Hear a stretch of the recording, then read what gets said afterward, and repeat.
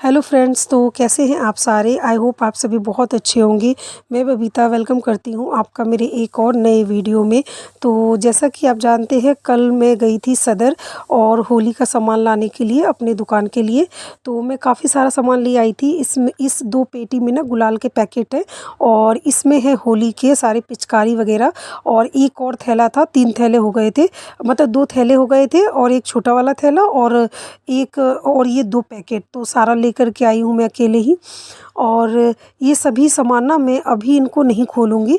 ये सारा सामान मैं जब होली के 4 से 5 दिन रहेगा ना, मतलब करीब 10 या 8-9 तारीख तक मैं फिर दुकान के बाहर लगाऊंगी।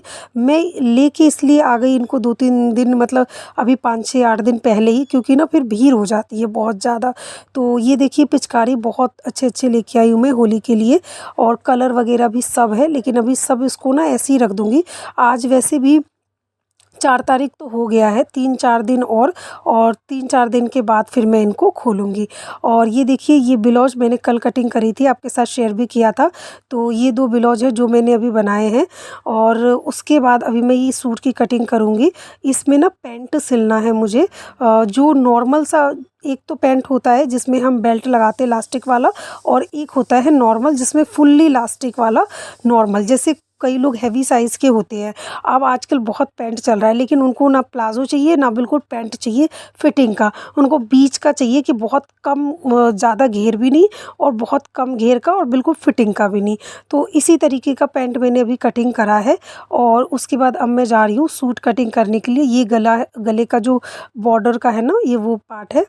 और अब मैं सूट की कटिंग करूँगी। साथ साथ आपसे बहुत इम्पोर्टेंट बातें आज मैं शेयर करूँगी, अपनी ज़िंदगी का अनुभव जो कि बिल्कुल सच है।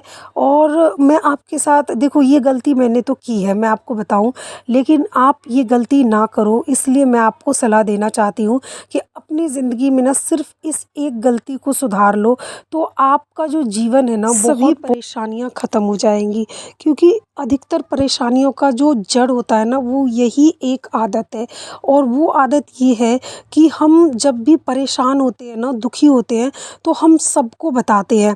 देखो आपकी ना ये बात आप आजमा लेना, अगर आपके जितने भी रिश्तेदार हैं, समझ लो 100% जितने भी हैं, उनमें से शायद ही 1 या 2% लोग होंगे जो आपके जेन्युइनली आपके ना, मतलब दुख से दुखी होते होंगे और सुख से सुखी होते होंगे। वरना आज के टाइम पे ना अधिकतर लोग ऐसे हैं जो, अगर आप दुखी हो ना, तो कुछ लोगों को तो देखो, कुछ रिश्तेदार तो ऐसे, या कुछ आस पड़ोस, मैं सबकी बात कर रही हूँ, जैसे रिश्तेदार आस पड़ोस सब मिला के जो भी आपके पास 100%, जिसको हम कह सकते हैं कि समाज, जितने भी लोग हैं, उनमें से अगर आप दुखी हो, परेशान हो, आप अपनी परेशानी उनको बताते हो, तो उनमें से कुछ लोग तो ऐसे होते हैं जिनको कोई फ़र्क नहीं पड़ता। मतलब आप परेशान हो तो भी कोई फ़र्क नहीं पड़ता, आप खुशी हो तो भी कोई फ़र्क नहीं पड़ता।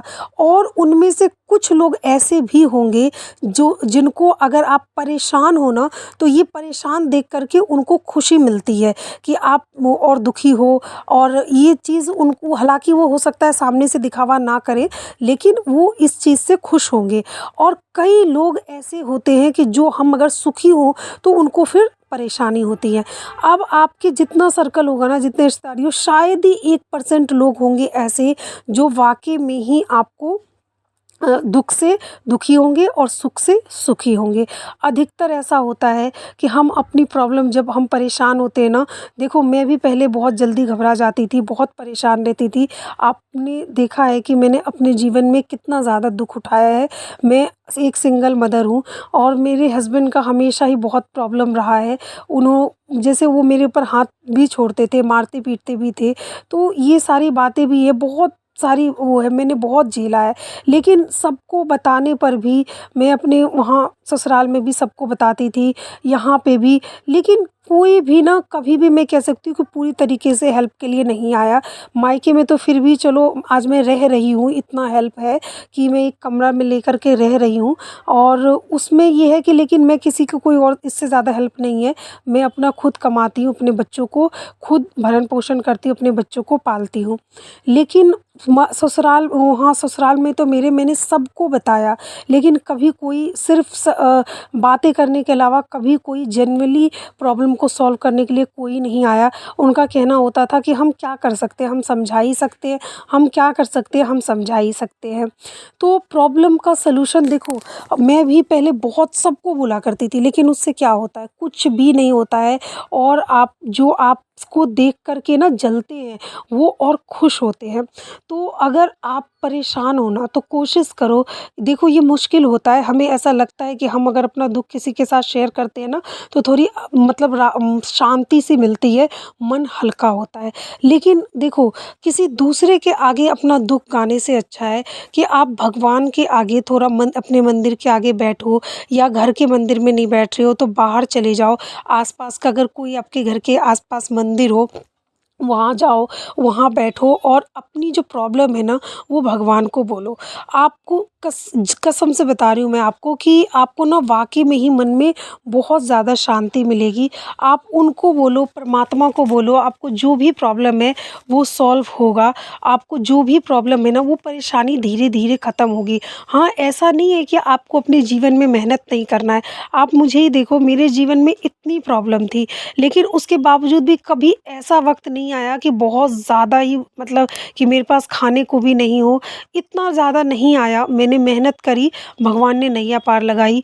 और अभी भी ऐसा नहीं है कि दुःख नहीं है, दुःख है। आपको मैंने पहले भी बताया था कि मुझे अभी भी अपना इतनी मुश्किल से मैंने 3-4 साल में अपना दुकान जमाया, और वो दुकान अब बढ़िया चलती है। इतना उसमें मैंने खर्चा करा है, और वो अब दुकान मुझे खाली करनी है और दूसरा दुकान लेना। दूसरा दुकान मेरे पसंद का मिल नहीं रहा है, लेकिन मुझे भगवान पे भरोसा है कि कोई ना कोई हल निकल जाएगा। तो ऐसा नहीं है कि आपको मेहनत नहीं करना है, मेहनत करना है। लेकिन एक बात का ध्यान रखो कि अगर आपको कोई प्रॉब्लम है ना, तो आपको उस बात को अपने तक ही रखो। क्योंकि जब आप दूसरे को वो बात बताते हो ना, तो उसमें से जब उस प्रॉब्लम से आप निकल जाते हो ना, या आपकी कोई कमज़ोरी होगी, कोई दुःख होगा, तो उसका ना बाद में कभी झगड़ा हो, कभी बहस हो, कभी कुछ हो, तो वही लोग जिनने कभी कोई मदद भी नहीं करी होगी, वो आपको ताना देंगे, वो आपको उस बात का औलाना देंगे जिनसे उनका कुछ लेना-देना नहीं है। ऐसा मेरे साथ हुआ है, इसलिए मैं आपको बता रही हूँ। तो अपना दुःख अगर आपको है ना, आप भगवान के सामने हाथ जोड़ो कि प्रभु आप ही मतलब मेरी नैया पार लगाओ, मुझे रास्ता दिखाओ। और आप मंदिर जाओ, आपको आपको मैं बता रही हूँ कि जितना आपको शांति, आप कहते हैं ना कि हम अपना दुःख थोड़ा किसी के सामने रो लें, किसी के सामने बोल दें, तो मन हल्का होता है। आपको ना उससे ज़्यादा मन हल्का होगा, आप मंदिर में जाओ, भगवान के आगे रो लो, भगवान के आगे अपना दुःख कहो, वो आपको ना उससे ज़्यादा मन हल्का होगा। और भगवान, अगर आप सच्चे दिल से सही में अगर बोलो ना, तो वो ज़रूर सुनते हैं और सुनेंगे। लेकिन इंसान के सामने आप कितना भी रो लो, आप अपना दिल निकाल के रख दो, आप सच्चे हो, सही हो, लेकिन उनको कोई फ़र्क नहीं पड़ता है। किसी को कोई फ़र्क नहीं पड़ता है आपके दुःख से।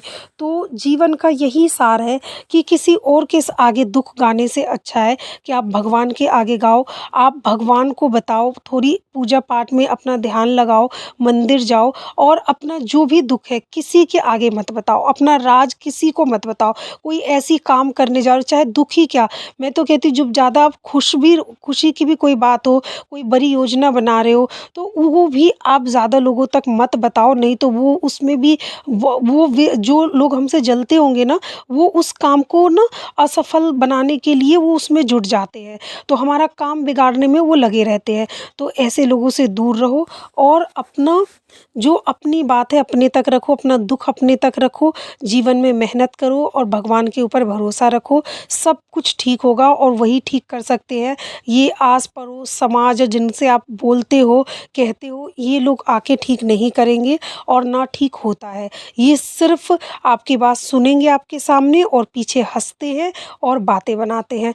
तो इन 4 लोगों से कहने से अच्छा है कि अपने तक रखो, और अपनी बातों को अपने तक ही रख कर के जीवन में आगे बढ़ो। जिस दिन आप ऐसा करना सीख जाओगे, उस दिन आपकी बड़ी से बड़ी टेंशन ख़त्म हो जाएगी। आई होप आपको ये वीडियो पसंद आया होगा। वीडियो पसंद